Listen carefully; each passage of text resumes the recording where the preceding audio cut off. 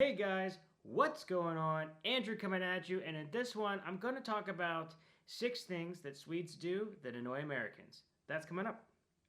So, this is just totally my list, and this has always been fun. Anytime I do anything critical of Sweden, I get a lot of hate, or I'm like, people comment like I'm some entitled American that, whatever. It's fine.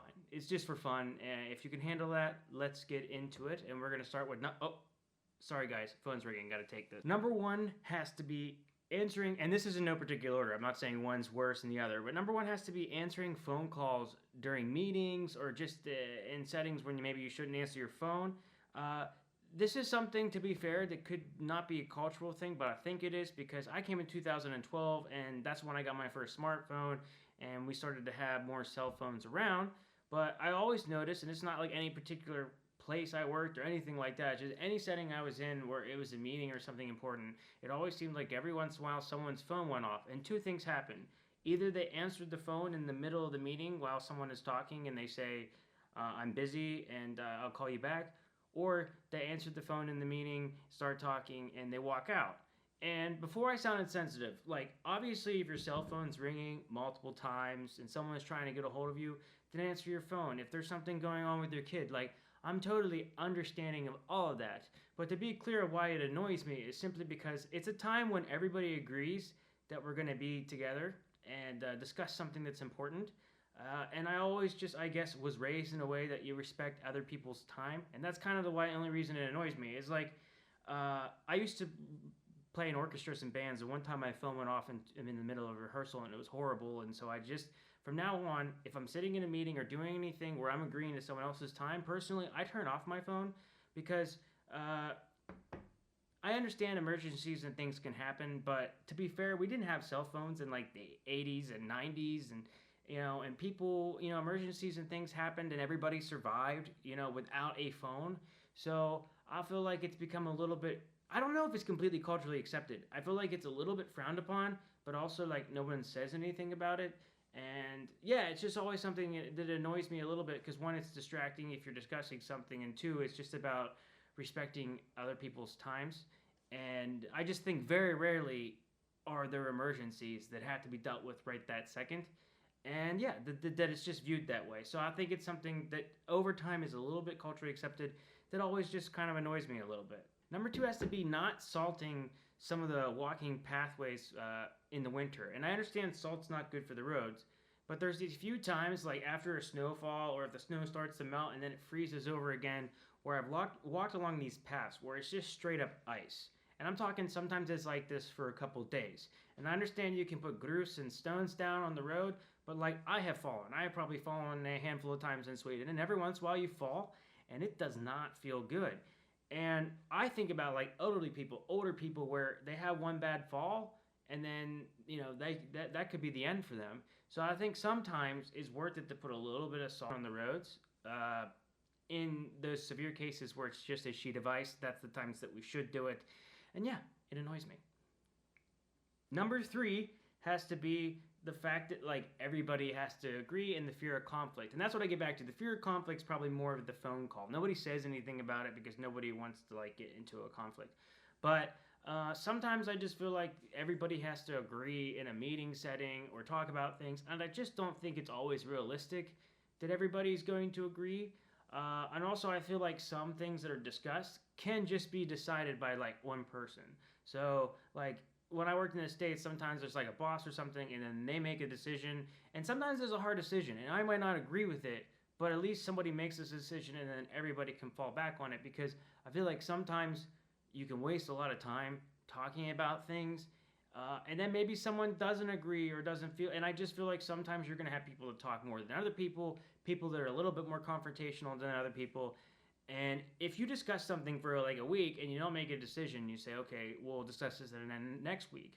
I've always said this: when you don't make a decision, you're still making a decision, and that's something that I fundamentally believe in. Okay. Number four has to be backpack on seats. And I have to admit, I have been guilty of this from time to time. I'll put my backpack on a seat, but I'm always usually aware of who's around me. The thing is, if I get on a bus and it's busy and there's a lot of traffic, there's a lot of times I don't want to sit next to someone, But if you have a backpack down and you don't have the self awareness to look around and see that it's busy and you leave the backpack there, and the only way you're going to give me a chance to sit down is if I have to come over and ask you to move your backpack, it's not like a really friendly start to everything. I just feel like, you don't need to take up two seats, and especially around rush hour when everyone's coming in, just move your backpack, make people feel a little bit more welcomed. Yeah, someone might sit next to you. Maybe they might be smelly, but whatever. It's like 5-10 minutes. Be nice. Let people sit next to you. And it's not, I'm sure it can happen in major cities in the United States. It's not something I've seen as much, but I definitely know it's something that you see in Scandinavian culture. I've seen it in Norway, Denmark, and Sweden.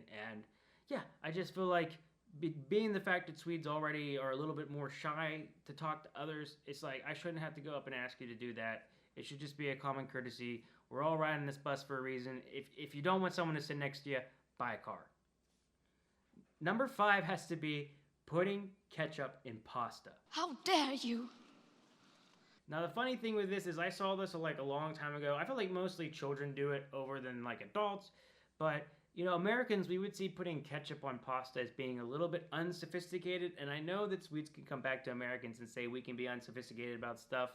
I'm definitely guilty of that, but the funniest part about this one is I put ketchup on my pasta. Now, I've been here so long that I do it, and yeah, it's just really funny. Even sometimes I'll make a really nice pasta sauce, and I'll still sprinkle a little bit of ketchup in there. I don't know why. I just love it for some reason. So yeah, guilty as charged. And now the last one, guys, has to be lines. And I know I'm going to sound like an entitled American, and that's not what I mean to do. But I just mean, overall, in Sweden, you spend a lot more time waiting for stuff than you do in the States. And I think it has a couple of things to do with the fact that you don't have as many people working in places in Sweden. Not as many people are working in restaurants, so you're waiting to pay your bill. Not as many people work at the grocery store, so sometimes you can get caught in lines. Especially if you go to like pick up a package from PostNord. I notice a lot of times those little desks that are like the PostNord desk is also like a little kiosk where people can buy, cigarettes, snus, or lotto tickets. There's usually like one person working there that does it all.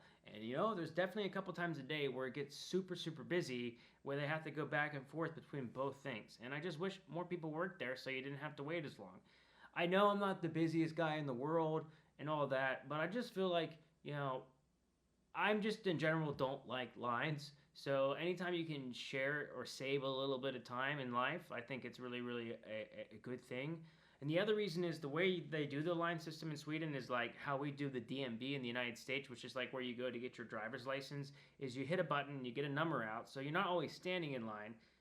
But when you first come to Sweden, that's annoying because you don't know that that's how it works. And like a lot of times no one tells you. So you might stand in line for a while or go up and find out you have to pull a number. That definitely happened to me in the beginning. But I think it just annoys us more because of how annoying experience it is in the United States to go to those driver license places and pull out those numbers. So, yeah, it's just always been something that annoys me a little bit. So that was my list. I'm really curious to hear what you guys think about it, if I did this right, if you agree, if you disagree. Like I said, this is all in good fun. I seem to be able to be somewhat critical of the States, and everybody's okay with that. But when I make a few jokes or talk about Sweden, people tend to get a little bit more upset. But overall, this is all just in good fun and just to have a discussion. Obviously, all the things that people do, whether it's answering their phone, putting ketchup on pasta, I understand the cultural norms of Sweden, and it doesn't really bother me that much. It's just that, for a video, when you got to do so many videos about Sweden, which is what I do, I talk about these things. If you liked it, please hit that like button. If you're new to the channel, please subscribe. I know it's been a while, guys. I just needed to take some time off. I can do a video about that later. See you guys in the next video. Hej då.